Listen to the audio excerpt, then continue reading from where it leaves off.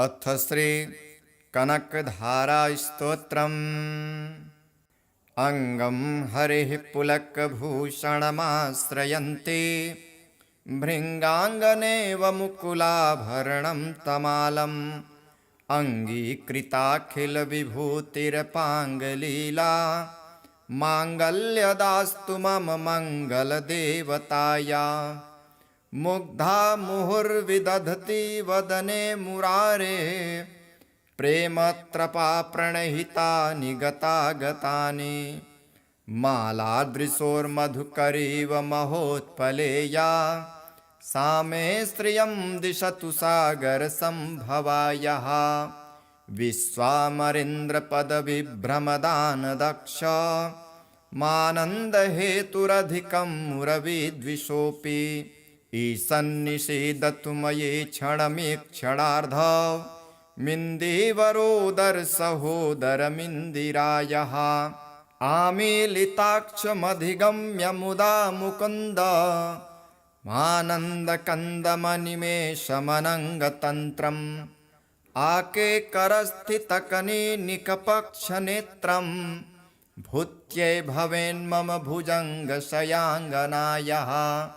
बाह्यन्तरे मधुजितः श्रितकौस्तुभेया हारावलीव हरनीलमयी विभाति कामप्रदा भगवतोऽपि कटाक्षमाला कल्याणमावहतु मे कमलालयाया। कालाम्बुदालिललितोरसिकैटभारेर्धाराधरे स्फुरत्या तडितङ्गनेव मातुः समस्तजगतां वहनीयमूर्तिर्भद्राणि मे दिशतु भार्गवनन्दनायः। प्राप्तं पदं प्रथमतः कलियत्प्रभावान् माङ्गल्यभाजि मधुमाथिनि मन्मथेन मय्या पतेत्तदिहमन्थरमीक्षणार्धं मन्दालसं च मकरालयकन्यकायाः। दद्यादयानुपवनो द्रविडाम्बुधारा मस्मिन्न किञ्चन विहङ्गशिशो विषण्ये दुष्कर्म धर्ममपनीय चिराय दूरं नारायण प्रणयिनी नयनाम्बुवाः। इष्टाविशिष्टमतयोऽपि यया दयार्द दृष्ट्या त्रिविष्टपपदं सुलभं लभन्ते सृष्टिः प्रहिष्टकमलोदरदीप्तिरिष्टां पुष्टिं कृषिष्ट मम पुष्करविष्टिराया। गिरिदेवतेति गरुडध्वजसुन्दरीति शाकम्भरीति शशिशेखरवल्लभेति सृष्टिस्थितिप्रलयकेलिसुसंस्थितायै तस्मै नमस्तु भुवनैकगुरोत्तरुण्यै। श्रुत्यै नमस्तु शुभकर्मफलप्रसूत्यै रत्यै नमस्तु रमणीयगुणार्णवायै। शक्त्यै नमस्तु शतपत्रनिकेतनायै पुष्ट्यै नमस्तु पुरुषोत्तमवल्लभायै। नमोऽस्तु नालिकनिभाननायै नमोऽस्तु दुग्धोदधिजन्मभृत्ते नमोऽस्तु सोमामृतसोदरायै नमोऽस्तु नारायणवल्लभायै। सम्पत्कराणि सकलेन्द्रियनन्दनानि साम्राज्यदानि विभवानि सरोरुहाक्षि त्वं द्वन्द्वनानि दुरिताहरणोद्यतानि मामेव मातरनिशं कलयन्तु मान्ये।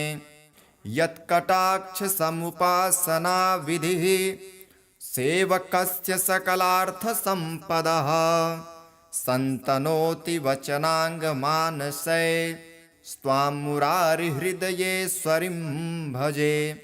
सरसिजनिलये सरोजहस्ते धवलतमांशुकगन्धमाल्यशोभे भगवते हरिवल्लभे मनोज्ञे त्रिभुवनभूतिकरे प्रसीद मह्यम्।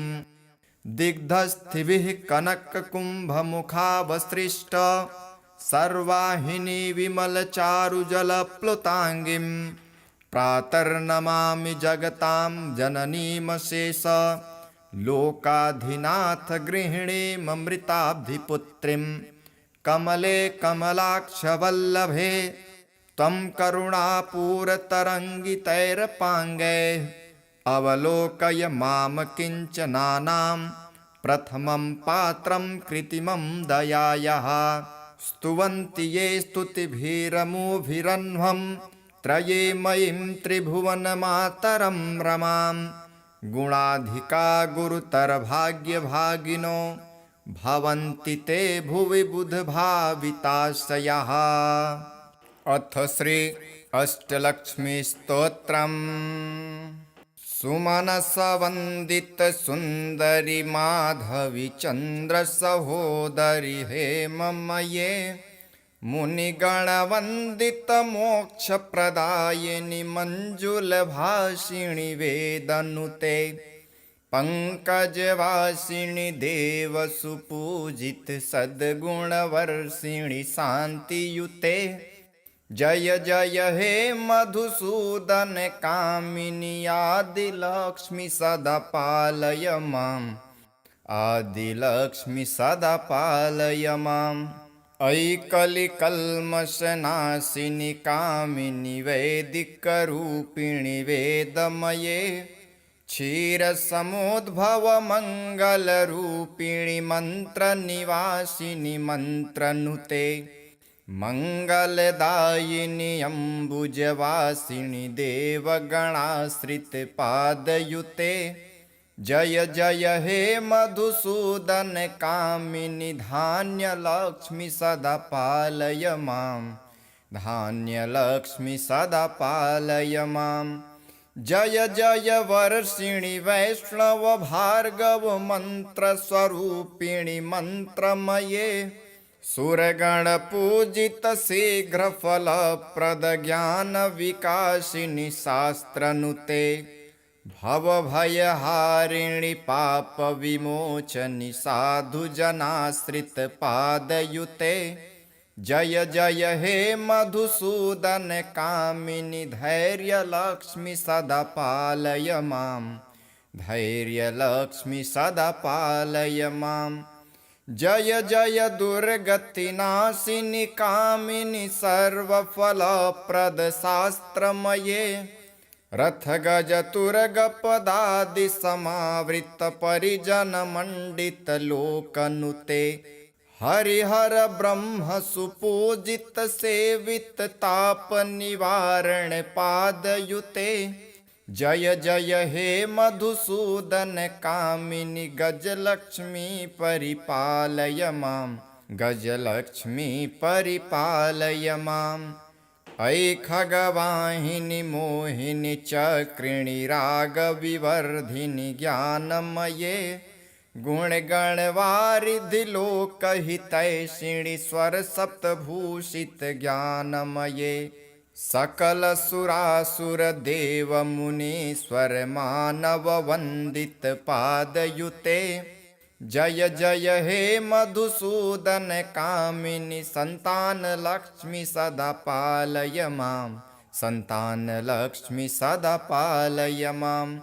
जय कमलासनि सद्गतिदायिनि ज्ञान विकासिनि गानमये अनुदिनमर्चित कुङ्कुम धूसर भूषित वासित वाद्यनुते कनकधरा स्तुति वैभव वन्दित शङ्कर देशिक मान्यपदे जय जय हे मधुसूदन कामिनि विजयलक्ष्मि सदा पालय माम् विजयलक्ष्मि सदा पालय माम्।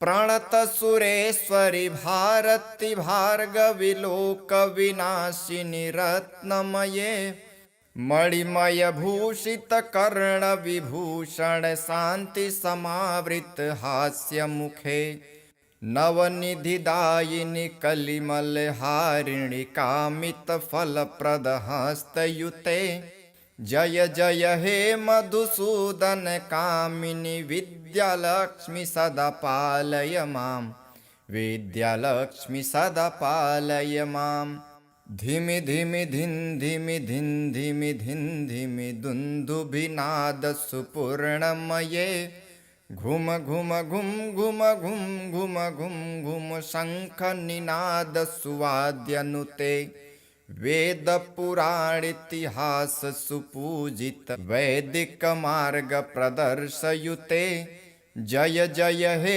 मधुसूदन कामिनि धनलक्ष्मी परिपालय माम् धनलक्ष्मी परिपालय माम्। अथ श्री धनलक्ष्मी स्तोत्रम्। धनदा उवाच देवी देवमुपागम्य नीलकण्ठ मम प्रियं कृपया पार्वती प्राह शङ्करं करुणाकरं। देव्युवाच ब्रूहि वल्लभसाधूनां दरिद्राणां कुटुम्बिनां दरिद्रदलनोपाय मञ्जसैव धनप्रदम्।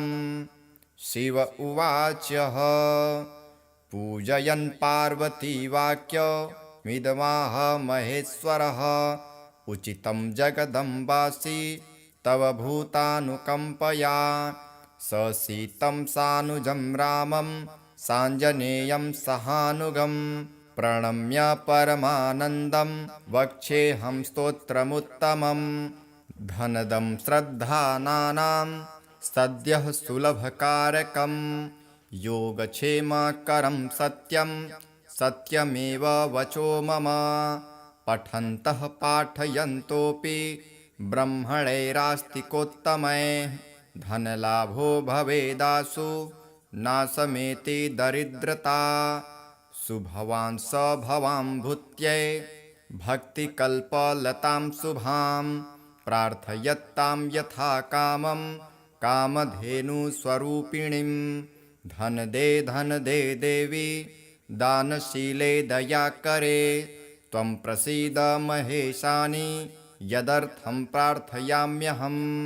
धरामरप्रिये पुण्ये धन्ये धनदपूजिते सुधनं धर्मिके देहि यजमानाय सत्वरं रम्ये रुद्रप्रिये रूपे रामरूपे रतिप्रिये शिखि सनमनोत्मूर्ते प्रसीद प्रणते मये आरक्तचरणाम्भोजे सिद्धि सर्वार्थदायिके दिव्याम्बरधरे दिव्ये दिव्यमाल्यानुशोभिते समस्तगुणसम्पन्ने सर्वलक्षणलक्षिते शरच्चन्द्रमुखे नीले नीलनीरजलोचने चञ्चरीकचमुचारु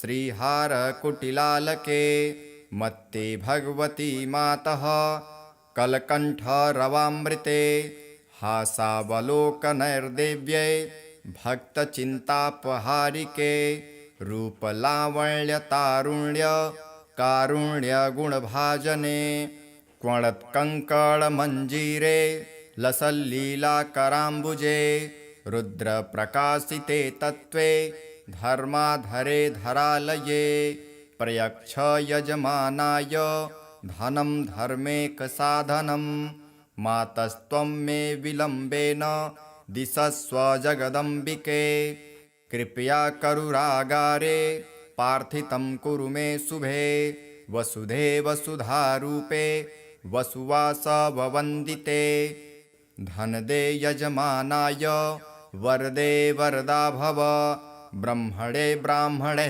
पूज्ये पार्वती शिवशङ्करे स्तोत्रं दरिद्रताव्याधिं समनं शोधनप्रदं श्रीकरे शङ्करे श्रीदे प्रसीद मयि किङ्करे पार्वतीश प्रसादेन सुरेश किङ्करेरितं श्रद्धया ये पठस्यन्ति पाठयिष्यन्ति भक्तितः सहस्रमयुतं लक्षं धनलाभो भवेद्ध्रुवं धनदाय नमस्तुभ्यं निधिपद्माधिपाय च भवन्तु त्वत्प्रसादान्मे धनधान्यादिसम्पदः।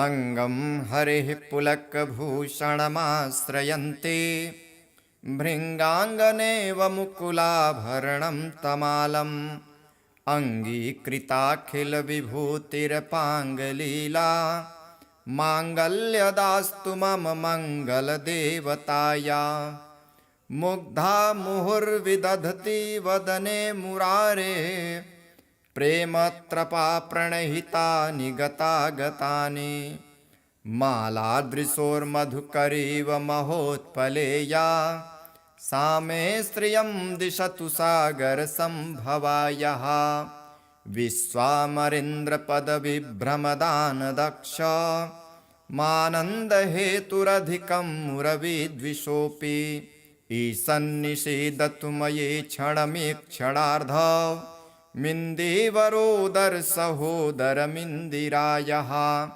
आमीलिताक्षमधिगम्य मुदा मुकुन्द मानन्दकन्दमनिमेषमनङ्गतन्त्रम् आकेकरस्थितकनीनिकपक्षनेत्रं भूत्यै भवेन्मम भुजङ्गशयाङ्गनायः बाह्यन्तरे मधुजितः श्रितकौस्तुभेया हारावलीव हरनीलमयी विभाति कामप्रदा भगवतोऽपि कटाक्षमाला कल्याणमावहतु मे कमलालयाया कालाम्बुदालिललितोरसिकैटभारेर्धाराधरे स्फुरत्या तडितङ्गनेव मातुः समस्तजगतां वहनीयमूर्तिर्भद्राणि मे दिशतु भार्गवनन्दनायः प्राप्तं पदं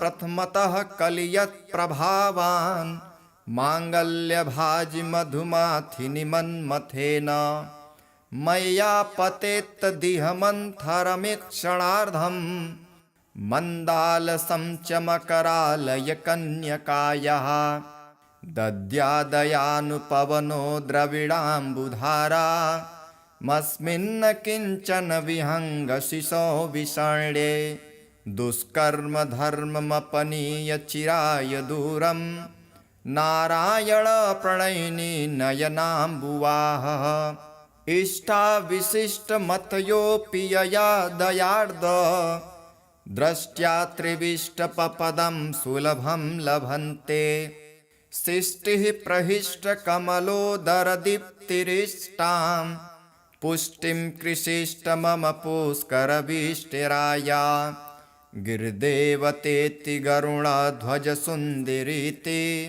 शाकम्भरीति शशिशेखरवल्लभेति सृष्टिस्थितिप्रलयकेलिसुसंस्थितायै तस्मै नमस्तु भुवनैकगुरोत्तरुण्यै श्रुत्यै नमस्तु शुभकर्मफलप्रसूत्यै रत्यै नमस्तु रमणीयगुणार्णवायै शक्त्यै नमस्तु शतपत्रनिकेतनायै पुष्ट्यै नमस्तु पुरुषोत्तमवल्लभायै नमोऽस्तु नालिकनिभाननायै नमोऽस्तु दुग्धोदधिजन्मभृत्ते नमस्तु सोमामृतसोदरायै नमोऽस्तु नारायणवल्लभायै सम्पत्कराणि सकलेन्द्रियनन्दनानि साम्राज्यदानि विभवानि सरोरुहाक्षि त्वं द्वन्द्वनानि दुरिताहरणोद्यतानि मामेव मातरनिशं कलयन्तु मान्ये यत्कटाक्षसमुपासनाविधिः सेवकस्य सकलार्थसम्पदः सन्तनोति वचनाङ्गमानसे स्वां मुरारिहृदयेश्वरीं भजे सरसिजनिलये सरोजहस्ते धवलतमांशुकगन्धमाल्यशोभे भगवते हरिवल्लभे मनोज्ञे त्रिभुवनभूतिकरे प्रसीद मह्यम् दिग्धस्थिभिः कनककुम्भमुखावसृष्ट सर्वाहिनी विमलचारुजलप्लुताङ्गीं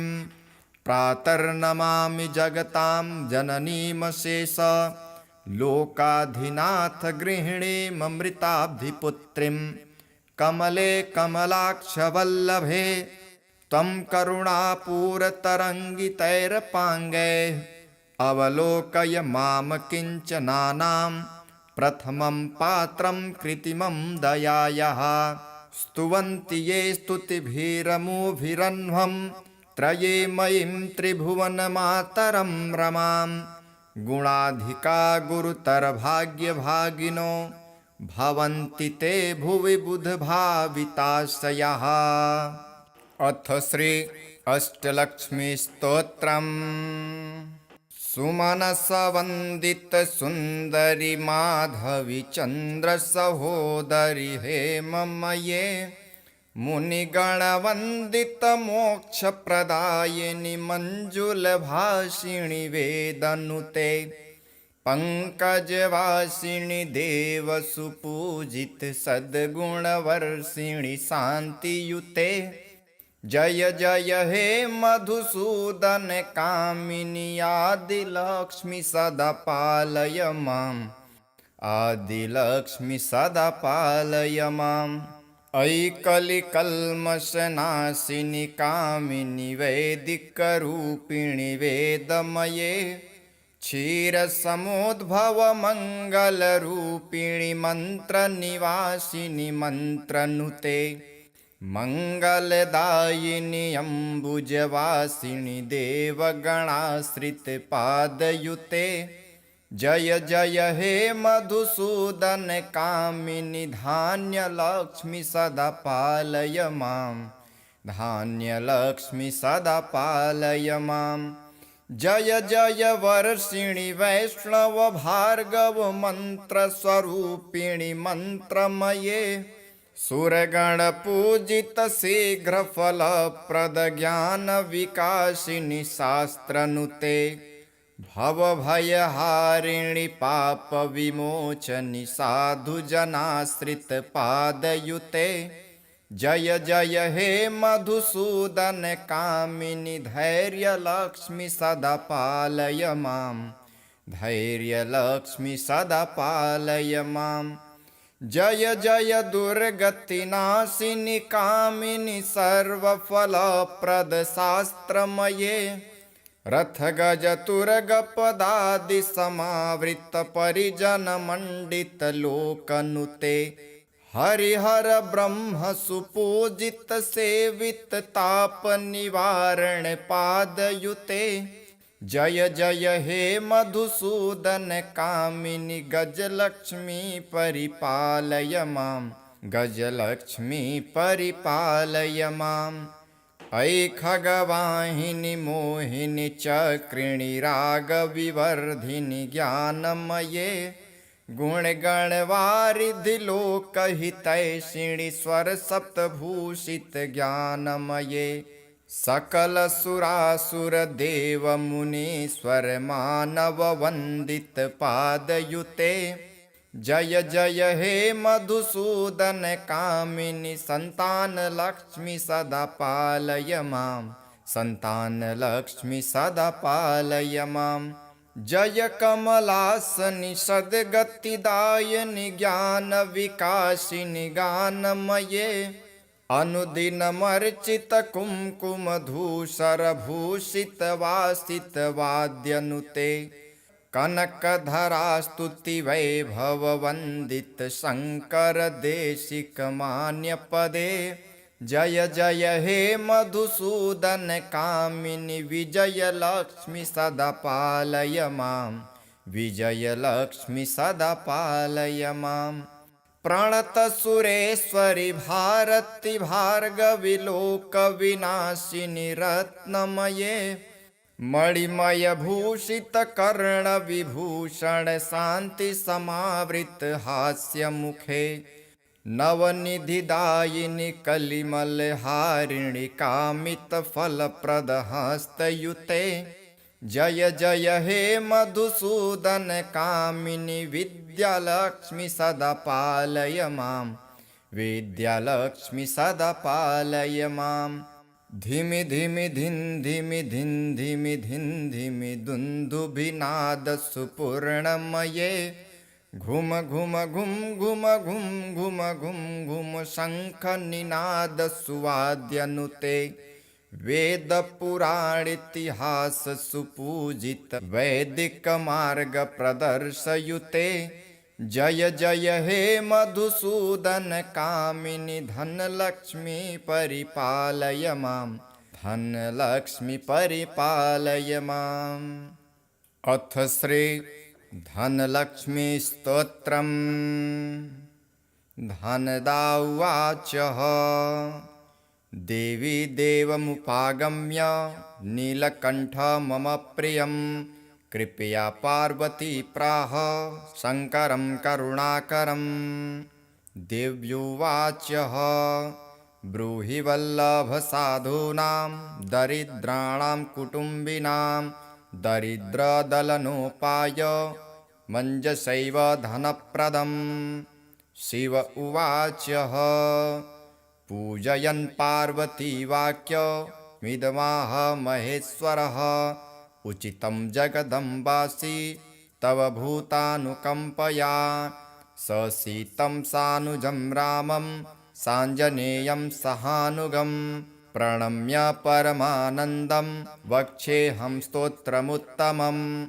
धनदं श्रद्धानानां सद्यः सुलभकारकं योगक्षेमकरं सत्यं सत्यमेव वचो मम पठन्तः पाठयन्तोऽपि ब्रह्मणैरास्तिकोत्तमैः धनलाभो भवेदासु नाशमेति दरिद्रता सुभवान् स भवां भूत्यै भक्तिकल्पलतां शुभां प्रार्थयत्तां यथा कामं कामधेनुस्वरूपिणीं धन दे देवी दानशीले दयाकरे त्वं प्रसीद महेशानि यदर्थं प्रार्थयाम्यहं धरामरप्रिये पुण्ये धन्ये धनदपूजिते सुधनं धर्मिके देहि यजमानाय सत्वरं रम्ये रुद्रप्रिये रूपे रामरूपे रतिप्रिये शिखि सनमनोत्मूर्ते प्रसीद प्रणते मये आरक्तचरणाम्भोजे सिद्धि सर्वार्थदायिके दिव्याम्बरधरे दिव्ये दिव्यमाल्यानुशोभिते समस्तगुणसम्पन्ने सर्वलक्षणलक्षिते शरच्चन्द्रमुखे नीले नीलनीरजलोचने चञ्चरीकचमुचारु श्रीहारकुटिलालके मत्ते भगवती मातः कलकण्ठरवामृते हासावलोकनैर्देव्यै भक्तचिन्तापहारिके रूपलावण्यतारुण्य कारुण्यगुणभाजने क्वणत्कङ्कणमञ्जीरे लसल्लीलाकराम्बुजे रुद्रप्रकाशिते तत्त्वे धर्माधरे धरालये प्रयच्छ यजमानाय धनं धर्मेकसाधनं मातस्त्वं मे विलम्बेन दिशस्व जगदम्बिके कृपया करुरागारे पार्थितं कुरु मे शुभे वसुधे वसुधारूपे वसुवासववन्दिते धनदे यजमानाय वरदे वरदा भव ब्रह्मणे ब्राह्मणे पूज्ये पार्वती शिवशङ्करे स्तोत्रं दरिद्रताव्याधिं शमनं शोधनप्रदं श्रीकरे शङ्करे श्रीदे प्रसीद मयि किङ्करे पार्वतीश प्रसादेन सुरेश किङ्करेरितं श्रद्धया ये पठस्यन्ति पाठयिष्यन्ति भक्तितः सहस्रमयुतं लक्षं धनलाभो भवेद्ध्रुवं धनदाय नमस्तुभ्यं निधिपद्माधिपाय च भवन्तु त्वत्प्रसादान्मे धनधान्यादिसम्पदः। अङ्गं हरिः पुलकभूषणमाश्रयन्ति भृङ्गाङ्गनेव मुकुलाभरणं तमालम् अङ्गीकृताखिलविभूतिरपाङ्गलीला माङ्गल्यदास्तु मम मङ्गलदेवताया मुग्धा मुहुर्विदधति वदने मुरारे प्रेमत्रपा प्रणहितानि गतागतानि मालादृशोर्मधुकरीव महोत्पलेया सा मे श्रियं दिशतु सागरसम्भवायाः विश्वामरेन्द्रपदविभ्रमदानदक्ष मानन्दहेतुरधिकं मुरविद्विषोऽपि ईशन्निषीदतु मयि क्षणमीक्षणार्ध मिन्दीवरोदरसहोदरमिन्दिरायः आमीलिताक्षमधिगम्य मुदा मुकुन्द मानन्दकन्दमनिमेषमनङ्गतन्त्रम् आकेकरस्थितकनीनिकपक्षनेत्रं भूत्यै भवेन्मम भुजङ्गशयाङ्गनायः बाह्यन्तरे मधुजितः श्रितकौस्तुभेया हारावलीव हरनीलमयी विभाति कामप्रदा भगवतोऽपि कटाक्षमाला कल्याणमावहतु मे कमलालयाया कालाम्बुदालिललितोरसिकैटभारेर्धाराधरे स्फुरत्या तडितङ्गनेव मातुः समस्तजगतां वहनीयमूर्तिर्भद्राणि मे दिशतु भार्गवनन्दनायः प्राप्तं पदं प्रथमतः कलियत्प्रभावान् माङ्गल्यभाजि मधुमाथिनि मन्मथेन मय्या पतेत्तदिहमन्थरमीक्षणार्धं मन्दालसं च मकरालयकन्यकायाः दद्यादयानुपवनो द्रविडाम्बुधारा मस्मिन्न किञ्चन विहङ्गशिशो विषण्ये दुष्कर्मधर्ममपनीय चिराय दूरं नारायणप्रणयिनी नयनाम्बुवाहः इष्टाविशिष्टमतयोऽपि यया दयार्द द्रष्ट्या त्रिविष्टपपदं सुलभं लभन्ते सृष्टिः प्रहिष्टकमलोदरदीप्तिरिष्टां पुष्टिं कृषिष्ट मम पुष्करविष्टिराया गिरिदेवतेति गरुडध्वजसुन्दरीति शाकम्भरीति शशिशेखरवल्लभेति सृष्टिस्थितिप्रलयकेलिसुसंस्थितायै तस्मै नमस्तु भुवनैकगुरोत्तरुण्यै श्रुत्यै नमस्तु शुभकर्मफलप्रसूत्यै रत्यै नमस्तु रमणीयगुणार्णवायै शक्त्यै नमस्तु शतपत्रनिकेतनायै पुष्ट्यै नमस्तु पुरुषोत्तमवल्लभायै नमोऽस्तु नालिकनिभाननायै नमोऽस्तु दुग्धोदधिजन्मभृत्ते नमस्तु सोमामृतसोदरायै नमोऽस्तु नारायणवल्लभायै सम्पत्कराणि सकलेन्द्रियनन्दनानि साम्राज्यदानि विभवानि सरोरुहाक्षि त्वं द्वन्द्वनानि दुरिताहरणोद्यतानि मामेव मातरनिशं कलयन्तु मान्ये यत्कटाक्षसमुपासनाविधिः सेवकस्य सकलार्थसम्पदः सन्तनोति वचनाङ्गमानसै स्वां मुरारिहृदयेश्वरीं भजे सरसिजनिलये सरोजहस्ते धवलतमांसुकगन्धमाल्यशोभे भगवते हरिवल्लभे मनोज्ञे त्रिभुवनभूतिकरे प्रसीद मह्यम् दिग्धस्थिभिः कनककुम्भमुखावसृष्ट सर्वाहिनी विमलचारुजलप्लुताङ्गीं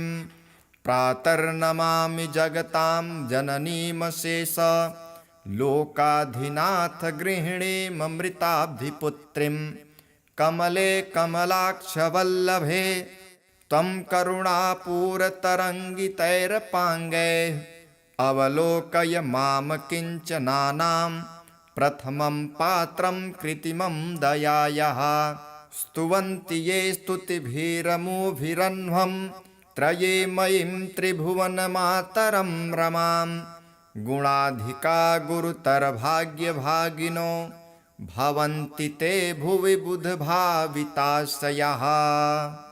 अथ श्री अष्टलक्ष्मीस्तोत्रम्।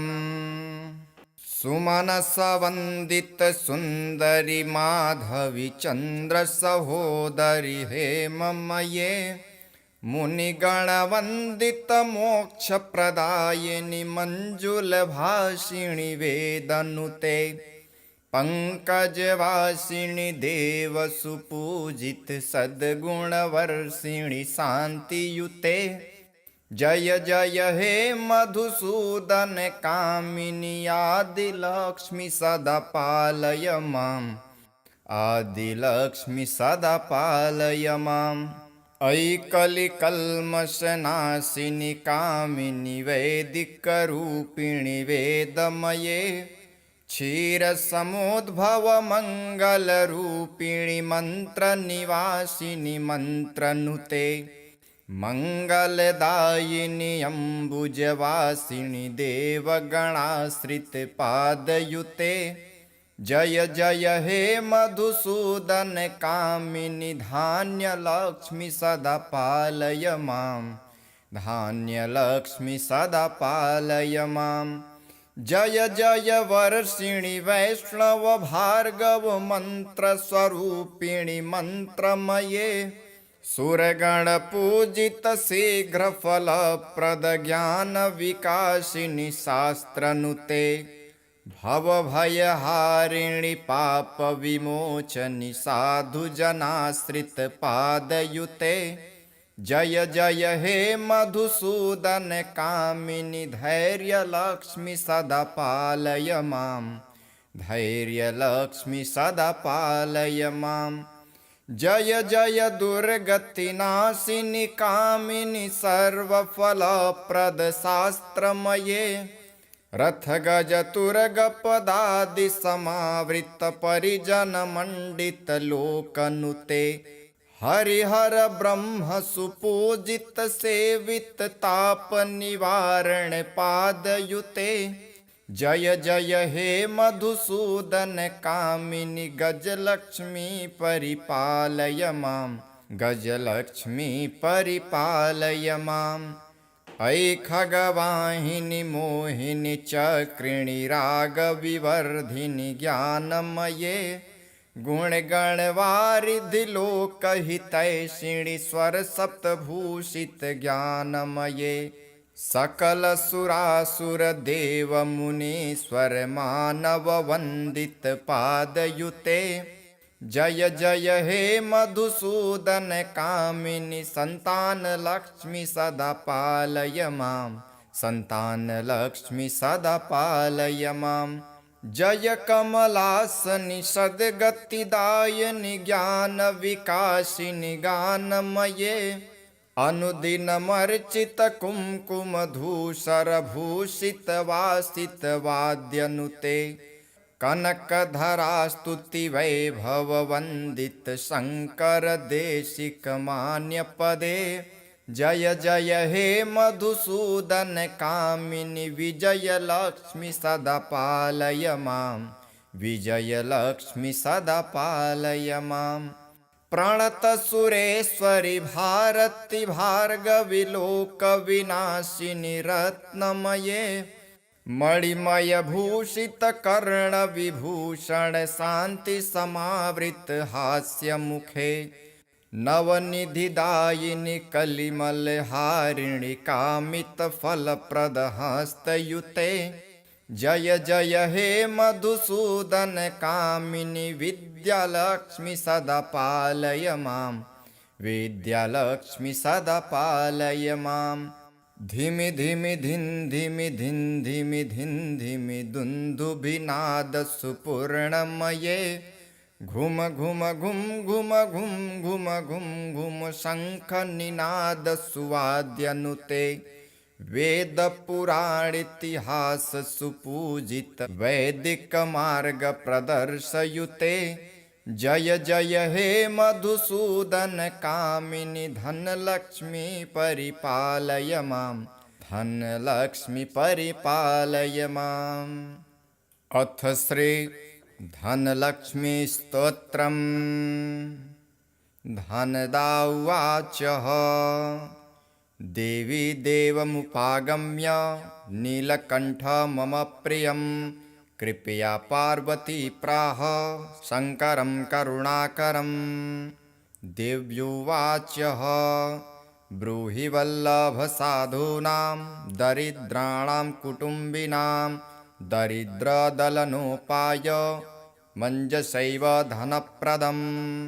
शिव उवाच पूजयन् पार्वती वाक्यमिदमाह महेश्वरः उचितं जगदम्बासि तव भूतानुकम्पया ससीतं सानुजं रामं साञ्जनेयं सहानुगं प्रणम्य परमानन्दं वक्ष्येऽहं स्तोत्रमुत्तमम्। धनदं श्रद्धानानां सद्यः सुलभकारकं योगक्षेमकरं सत्यं सत्यमेव वचो मम।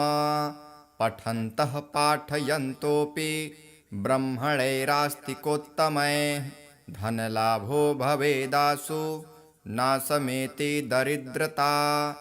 सुभवान् स भवां भूत्यै भक्तिकल्पलतां शुभां प्रार्थयत्तां यथा कामं कामधेनुस्वरूपिणीं। धन दे देवी दानशीले दयाकरे त्वं प्रसीद महेशानि यदर्थं प्रार्थयाम्यहम्। धरामरप्रिये पुण्ये धन्ये धनदपूजिते सुधनं धार्मिके देहि यजमानाय सत्वरं। रम्ये रुद्रप्रिये रूपे रामरूपे रतिप्रिये शिखि सनमनोत्मूर्ते प्रसीद प्रणते मये। आरक्तचरणाम्भोजे सिद्धि सर्वार्थदायिके दिव्याम्बरधरे दिव्ये दिव्यमाल्यानुशोभिते समस्तगुणसम्पन्ने सर्वलक्षणलक्षिते शरच्चन्द्रमुखे नीले नीलनीरजलोचने चञ्चरीकचमुचारु श्रीहारकुटिलालके मत्ते भगवती मातः कलकण्ठरवामृते हासावलोकनैर्देव्ये भक्तचिन्तापहारिके रूपलावण्यतारुण्य कारुण्यगुणभाजने क्वणत्कङ्कणमञ्जीरे लसल्लीलाकराम्बुजे रुद्रप्रकाशिते तत्त्वे धर्माधरे धरालये प्रयच्छ यजमानाय धनं धर्मेकसाधनं मातस्त्वं मे विलम्बेन दिशस्व जगदम्बिके कृपया करुरागारे पार्थितं कुरु मे शुभे वसुधे वसुधारूपे वसुवासववन्दिते धनदे यजमानाय वरदे वरदा भव ब्रह्मणे ब्राह्मणे पूज्ये पार्वती शिवशङ्करे स्तोत्रं दरिद्रता व्याधिं समनं शोधनप्रदं श्रीकरे शङ्करे श्रीदे प्रसीद मयि किङ्करे पार्वतीश प्रसादेन सुरेश किङ्करेरितं श्रद्धया ये पठस्यन्ति पाठयिष्यन्ति भक्तितः सहस्रमयुतं लक्षं धनलाभो भवेद्ध्रुवं धनदाय नमस्तुभ्यं निधिपद्माधिपाय च भवन्तु त्वत्प्रसादान्मे धनधान्यादिसम्पदः।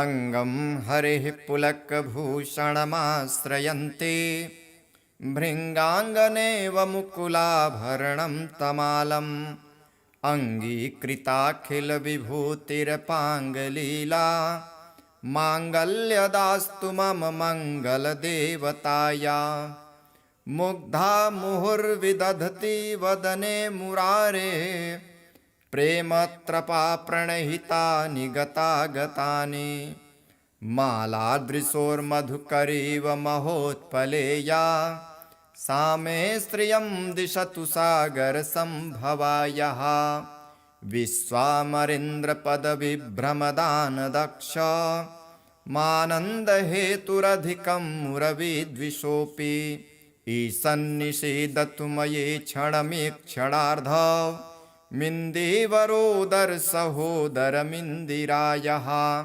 आमीलिताक्षमधिगम्य मुदा मुकुन्द मानन्दकन्दमनिमेषमनङ्गतन्त्रम् आकेकरस्थितकनीनिकपक्षनेत्रम् भूत्यै भवेन्मम भुजङ्गशयाङ्गनायः बाह्यन्तरे मधुजितः श्रितकौस्तुभेया हारावलीव हरनीलमयी विभाति कामप्रदा भगवतोऽपि कटाक्षमाला कल्याणमावहतु मे कमलालयाया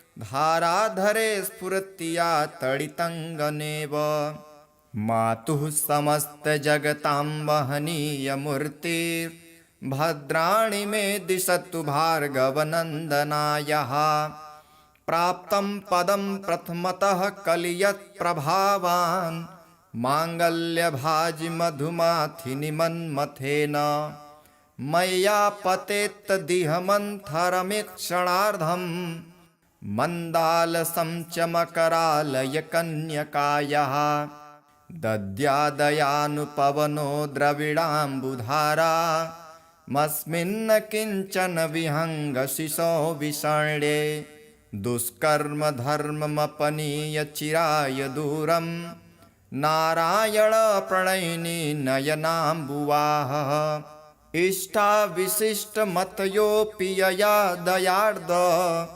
दृष्ट्या त्रिविष्टपपदं सुलभं लभन्ते सृष्टिः प्रहिष्टकमलोदरदीप्तिरिष्टां पुष्टिं कृषिष्ट मम पुष्करविष्टिराया गिरिदेवतेति गरुडध्वजसुन्दरीति शाकम्भरीति शशिशेखरवल्लभेति सृष्टिस्थितिप्रलयकेलिसुसंस्थितायै तस्मै नमस्तु भुवनैकगुरोत्तरुण्यै श्रुत्यै नमस्तु शुभकर्मफलप्रसूत्यै रत्यै नमस्तु रमणीयगुणार्णवायै शक्त्यै नमस्तु शतपत्रनिकेतनायै पुष्ट्यै नमस्तु पुरुषोत्तमवल्लभायै नमोऽस्तु नालिकनिभाननायै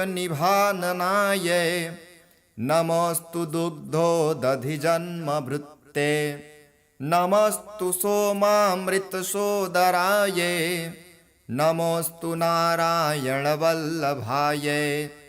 सम्पत्कराणि सकलेन्द्रियनन्दनानि साम्राज्यदानि विभवानि सरोरुहाक्षि त्वं द्वन्द्वनानि दुरिताहरणोद्यतानि मामेव मातरनिशं कलयन्तु मान्ये यत्कटाक्षसमुपासनाविधिः सेवकस्य सकलार्थसम्पदः सन्तनोति वचनाङ्गमानसै स्वां मुरारिहृदयेश्वरीं भजे सरसिजनिलये सरोजहस्ते धवलतमांशुकगन्धमाल्यशोभे भगवते हरिवल्लभे मनोज्ञे त्रिभुवनभूतिकरे प्रसीद मह्यम् दिग्धस्थिभिः कनककुम्भमुखावसृष्ट सर्वाहिनी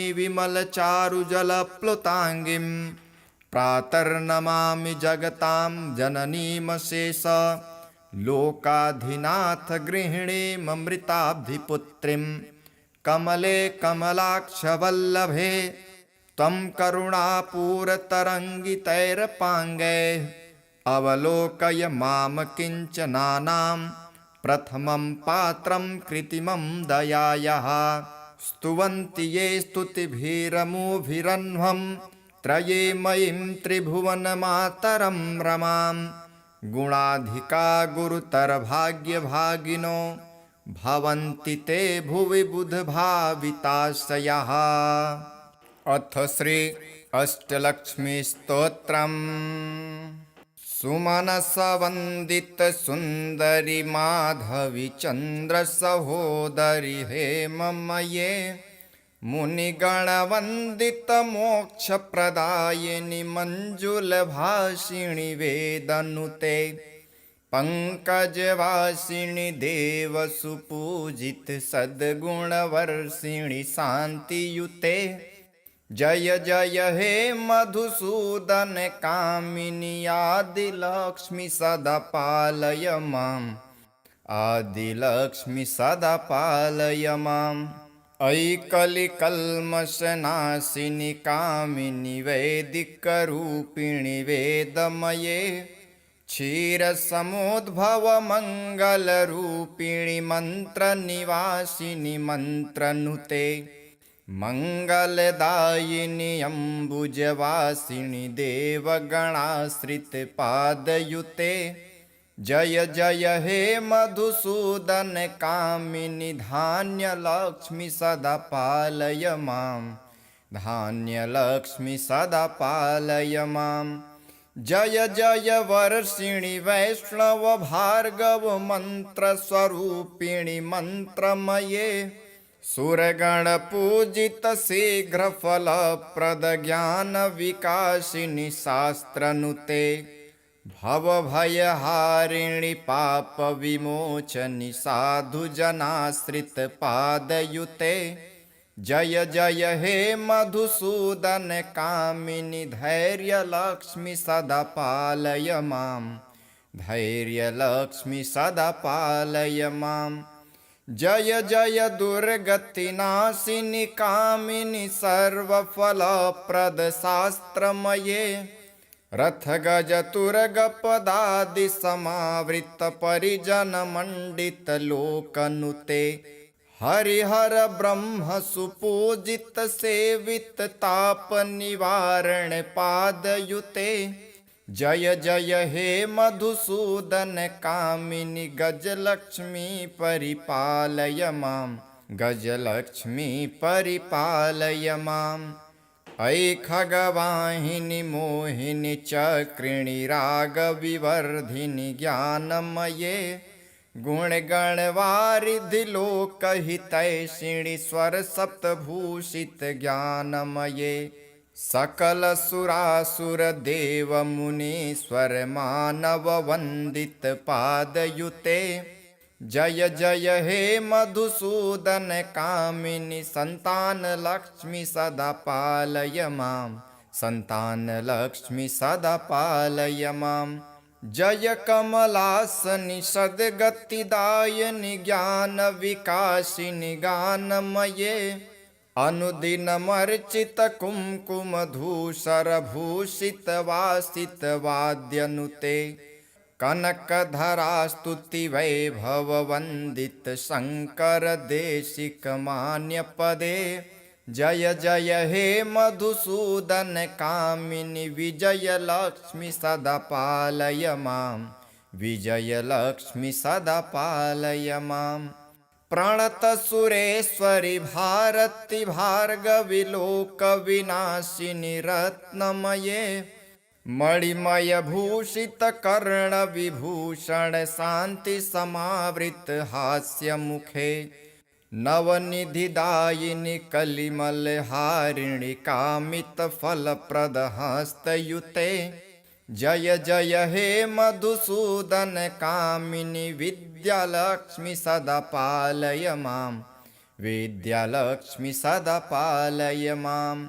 धिमि धिमि धिन् धिमि धिन् धिमि धिन् धिमि दुन्दुभिनादसुपूर्णमये घुम घुम घुम घुम घुम घुम घुम घुम शङ्खनिनादसुवाद्यनुते वेदपुराणेतिहास सुपूजित वैदिकमार्गप्रदर्शयुते जय जय हे मधुसूदन कामिनि धनलक्ष्मी परिपालय माम् धनलक्ष्मी परिपालय माम्।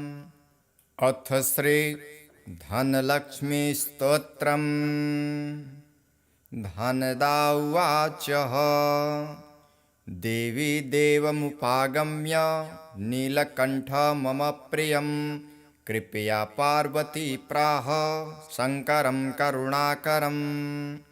देव्युवाच ब्रूहि वल्लभसाधूनां दरिद्राणां कुटुम्बिनां दरिद्रदलनोपाय मञ्जसैव धनप्रदम्।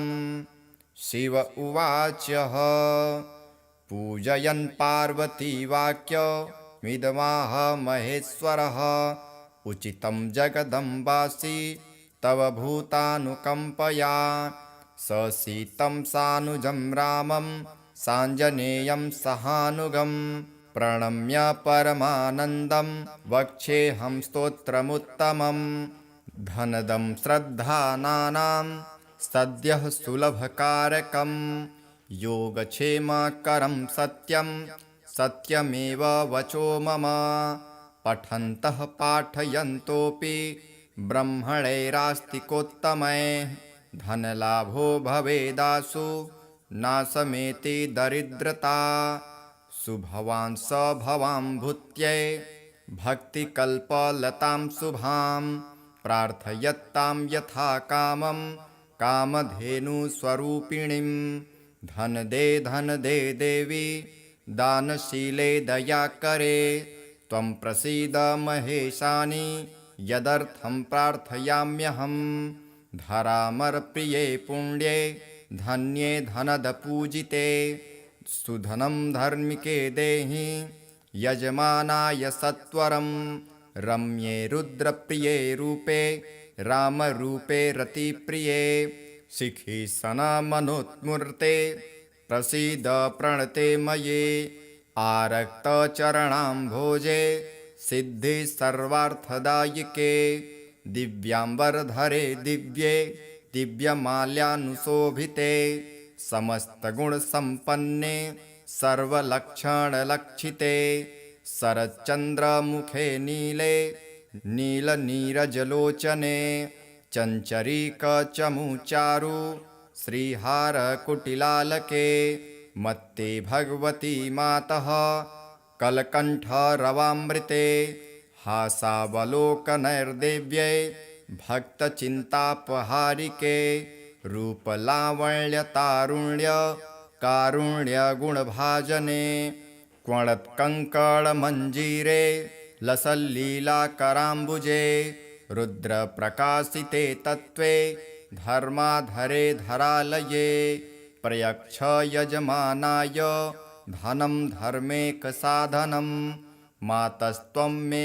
विलम्बेन दिशस्व जगदम्बिके कृपया करुरागारे पार्थितं कुरु मे शुभे वसुधे वसुधारूपे वसुवासववन्दिते धनदे यजमानाय वरदे वरदा भव ब्रह्मणे ब्राह्मणे पूज्ये पार्वती शिवशङ्करे स्तोत्रं दरिद्रताव्याधिं शमनं शोधनप्रदं श्रीकरे शङ्करे श्रीदे प्रसीद मयि किङ्करे पार्वतीश प्रसादेन सुरेश किङ्करेरितं श्रद्धया ये पठस्यन्ति पाठयिष्यन्ति भक्तितः सहस्रमयुतं लक्षं धनलाभो भवेद्ध्रुवं धनदाय नमस्तुभ्यं निधिपद्माधिपाय च भवन्तु त्वत्प्रसादान्मे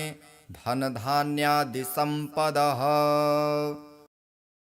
अङ्गं हरिः पुलकभूषणमाश्रयन्ति भृङ्गाङ्गनेव मुकुलाभरणं तमालम् अङ्गीकृताखिलविभूतिरपाङ्गलीला माङ्गल्यदास्तु मम मङ्गलदेवताया मुग्धा मुहुर्विदधति वदने मुरारे प्रेमत्रपा प्रणहितानि गतागतानि मालादृशोर्मधुकरीव महोत्पलेया सा मे श्रियं दिशतु सागरसम्भवायः विश्वामरेन्द्रपदविभ्रमदानदक्ष मानन्दहेतुरधिकं मुरविद्विषोऽपि ईशन्निषेदतु मयि क्षणमीक्षणार्ध मिन्दीवरोदरसहोदरमिन्दिरायः आमीलिताक्षमधिगम्य मुदा मुकुन्द मानन्दकन्दमनिमेषमनङ्गतन्त्रम् आकेकरस्थितकनीनिकपक्षनेत्रं भूत्यै भवेन्मम भुजङ्गशयाङ्गनायः बाह्यन्तरे मधुजितः श्रितकौस्तुभेया हारावलीव हरनीलमयी विभाति कामप्रदा भगवतोऽपि कटाक्षमाला कल्याणमावहतु मे कमलालयाया कालाम्बुदालिललितोरसिकैटभारेर्धाराधरे स्फुरति या तडितङ्गनेव मातुः समस्तजगतां वहनीयमूर्तिर्भद्राणि मे दिशतु भार्गवनन्दनायः प्राप्तं पदं प्रथमतः कलियत्प्रभावान् माङ्गल्यभाजि मधुमाथिनि मन्मथेन मय्या पतेत्तदिहमन्थरमीक्षणार्धं मन्दालसं च मकरालयकन्यकायः दद्यादयानुपवनो द्रविडाम्बुधारा मस्मिन्न किञ्चन विहङ्गशिशो विषण्ये दुष्कर्मधर्ममपनीय चिराय दूरं नारायणप्रणयिनी नयनाम्बुवाहः इष्टाविशिष्टमतयोऽपि यया दयार्द दृष्ट्या त्रिविष्टपपदं सुलभं लभन्ते सृष्टिः प्रहिष्टकमलोदरदीप्तिरिष्टां पुष्टिं कृषिष्ट मम पुष्करविष्टिराया गिरिदेवतेति गरुडध्वजसुन्दरीति शाकम्भरीति शशिशेखरवल्लभेति सृष्टिस्थितिप्रलयकेलिसुसंस्थितायै तस्मै नमस्तु भुवनैकगुरोत्तरुण्यै श्रुत्यै नमस्तु शुभकर्मफलप्रसूत्यै रत्यै नमस्तु रमणीयगुणार्णवायै शक्त्यै नमस्तु शतपत्रनिकेतनायै पुष्ट्यै नमस्तु पुरुषोत्तमवल्लभायै नमोऽस्तु नालिकनिभाननायै नमोऽस्तु दुग्धोदधिजन्मभृत्ते नमस्तु सोमामृतसोदरायै नमोऽस्तु नारायणवल्लभायै सम्पत्कराणि सकलेन्द्रियनन्दनानि साम्राज्यदानि विभवानि सरोरुहाक्षि त्वं द्वन्द्वनानि दुरिताहरणोद्यतानि मामेव मातरनिशं कलयन्तु मान्ये यत्कटाक्षसमुपासनाविधिः सेवकस्य सकलार्थसम्पदः सन्तनोति वचनाङ्गमानसे स्वां मुरारिहृदयेश्वरीं भजे सरसिजनिलये सरोजहस्ते धवलतमांशुकगन्धमाल्यशोभे भगवते हरिवल्लभे मनोज्ञे त्रिभुवनभूतिकरे प्रसीद मह्यम् दिग्धस्थिभिः कनककुम्भमुखावसृष्ट सर्वाहिनी विमलचारुजलप्लुताङ्गीं प्रातर्नमामि जगतां जननीमशेष लोकाधिनाथ गृहिणीममृताब्धिपुत्रीं कमले कमलाक्षवल्लभे त्वं करुणापूरतरङ्गितैरपाङ्गैः अवलोकय मां किञ्चनानां प्रथमं पात्रं कृत्रिमं दयायाः स्तुवन्ति ये स्तुतिभिरमुभिरह्वं त्रये मयीं त्रिभुवनमातरं रमां गुणाधिका गुरुतरभाग्यभागिनो भवन्ति ते भुवि बुधभाविताशयाः। अथ श्री अष्टलक्ष्मीस्तोत्रम्। सुमनसवन्दित सुन्दरि माधवी चन्द्र सहोदरि हेममये मुनिगणवन्दित मोक्षप्रदायिनि मञ्जुलभाषिणि वेदनुते पंकजवासिनि देवसुपूजित सद्गुणवर्षिणि शान्तियुते जय जय हे मधुसूदन कामिनि आदिलक्ष्मि सदा पालय माम् आदिलक्ष्मि सदा पालय माम्। अयि कलिकल्मषनाशिनि कामिनि वैदिकरूपिणि वेदमये क्षीरसमुद्भव मङ्गलरूपिणि मन्त्रनिवासिनि मन्त्रनुते मङ्गलदायिनि अम्बुजवासिनि देवगणाश्रितपादयुते जय जय हे मधुसूदन कामिनि धान्यलक्ष्मि सदा पालय माम् धान्यलक्ष्मि सदा पालय माम्। जय जय वर्षिणि वैष्णव भार्गव मन्त्रस्वरूपिणि मन्त्रमये सुरगणपूजित शीघ्रफलप्रद ज्ञानविकासिनि शास्त्रनुते भवभयहारिणि पापविमोचनि साधुजनाश्रितपादयुते जय जय हे मधुसूदन कामिनि धैर्यलक्ष्मि सदा पालय माम् धैर्यलक्ष्मि सदा पालय माम्।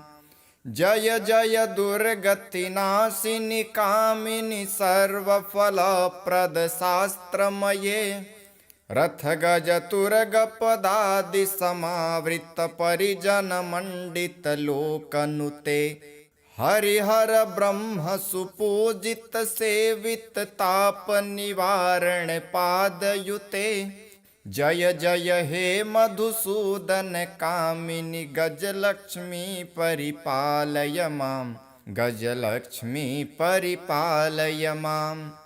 अयि खगवाहिनि मोहिनि चक्रिणि रागविवर्धिनि ज्ञानमये गुणगणवारिधि लोकहितैषिणि स्वरसप्तभूषित ज्ञानमये सकलसुरासुर देव मुनीश्वर मानव वन्दित पादयुते जय जय हे मधुसूदन कामिनि सन्तानलक्ष्मि सदा पालय माम् सन्तानलक्ष्मि सदा पालय माम्। जय कमलासनि सद्गतिदायिनि ज्ञानविकासिनि गानमये अनुदिनमर्चित कुङ्कुमधूसरभूषित वासित वाद्यनुते कनकधरास्तुति वैभव वन्दित शङ्कर देशिक मान्यपदे जय जय हे मधुसूदन कामिनि विजयलक्ष्मि सदा पालय माम् विजयलक्ष्मि सदा पालय माम्।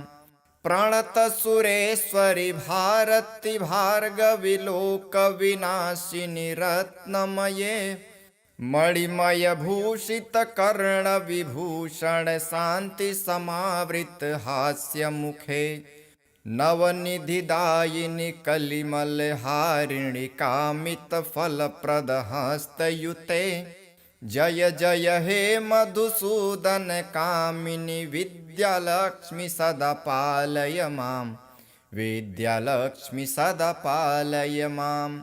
धिमि धिमि धिन् धिमि धिन् धिमि धिन् धिमि दुन्दुभिनादसुपूर्णमये घुम घुम घुम घुम घुम घुम घुम घुम शङ्खनिनादसुवाद्यनुते वेदपुराणेतिहास सुपूजित वैदिकमार्गप्रदर्शयुते जय जय हे मधुसूदन कामिनि धनलक्ष्मी परिपालय मां धनलक्ष्मी परिपालय माम्।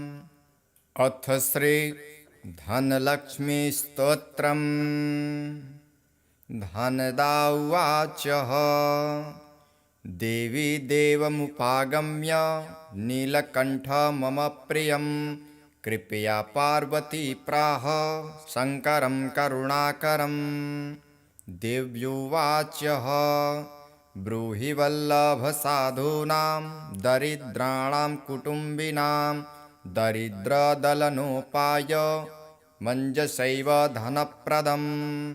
शिव उवाच पूजयन् पार्वती वाक्यमिदमाह महेश्वरः उचितं जगदम्बासि तव भूतानुकम्पया ससीतं सानुजं रामं साञ्जनेयं सहानुगं प्रणम्य परमानन्दं वक्ष्येऽहं स्तोत्रमुत्तमम्।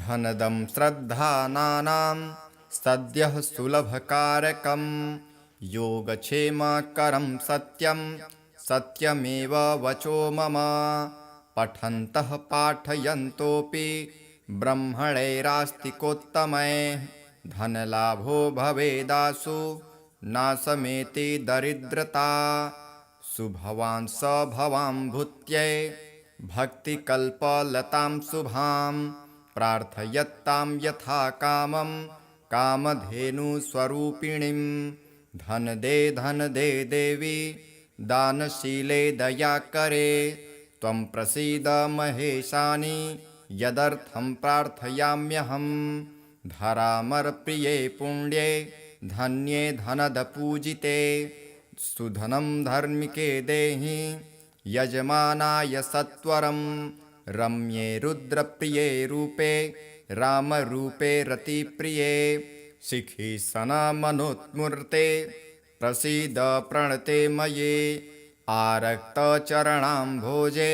सिद्धि सर्वार्थदायिके दिव्याम्बरधरे दिव्ये दिव्यमाल्यानुशोभिते समस्तगुणसम्पन्ने सर्वलक्षणलक्षिते शरच्चन्द्रमुखे नीले नीलनीरजलोचने चञ्चरीकचमुचारु श्रीहारकुटिलालके मत्ते भगवती मातः कलकण्ठरवामृते हासावलोकनैर्देव्यै भक्तचिन्तापहारिके रूपलावण्यतारुण्य कारुण्यगुणभाजने क्वणत्कङ्कणमञ्जीरे लसल्लीलाकराम्बुजे रुद्रप्रकाशिते तत्त्वे धर्माधरे धरालये प्रयच्छ यजमानाय धनं धर्मेकसाधनं मातस्त्वं मे विलम्बेन दिशस्व जगदम्बिके कृपया करुरागारे पार्थितं कुरु मे शुभे वसुधे वसुधारूपे वसुवासववन्दिते धनदे यजमानाय वरदे वरदा भव ब्रह्मणे ब्राह्मणे पूज्ये पार्वती शिवशङ्करे स्तोत्रं दरिद्रताव्याधिं शमनं शोधनप्रदं श्रीकरे शङ्करे श्रीदे प्रसीद मयि किङ्करे पार्वतीश प्रसादेन सुरेश किङ्करेरितं श्रद्धया ये पठस्यन्ति पाठयिष्यन्ति भक्तितः सहस्रमयुतं लक्षं धनलाभो भवेद्ध्रुवं धनदाय नमस्तुभ्यं निधिपद्माधिपाय च भवन्तु त्वत्प्रसादान्मे धनधान्यादिसम्पदः। इति श्री धनलक्ष्मी स्तोत्रं सम्पूर्णम्।